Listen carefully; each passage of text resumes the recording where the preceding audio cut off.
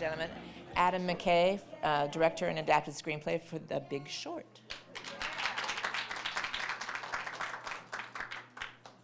Hi, everyone. How are you? Any questions for me, or anyone have any questions?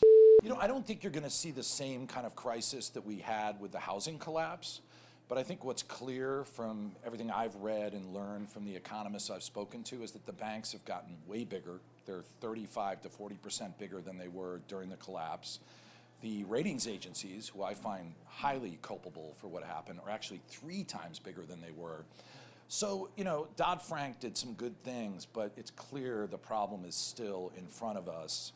And, you know, the reason we made the movie was that it was disheartening to us that the conversation had sort of stopped. So we hope through this movie, and so far it's been happening, which we find very heartening. We're going to screen the movie for Congress on Wednesday. We've seen a lot of economists arguing back and forth.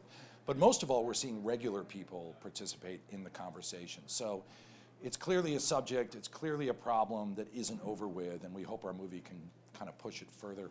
Well, you know, I mean, Congress, as we know, is a very tricky body. There's one of the problems, and this movie addresses it to some degree, is the fact that the banks have such a stranglehold over our government.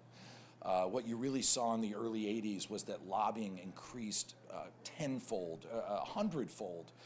Actually, when Ronald Reagan was president, there were barely 100 registered lobbyists in DC, and now there are 120,000.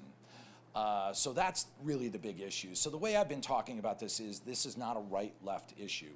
This is about, like you said, the homeless. This is about us losing our homes, our jobs.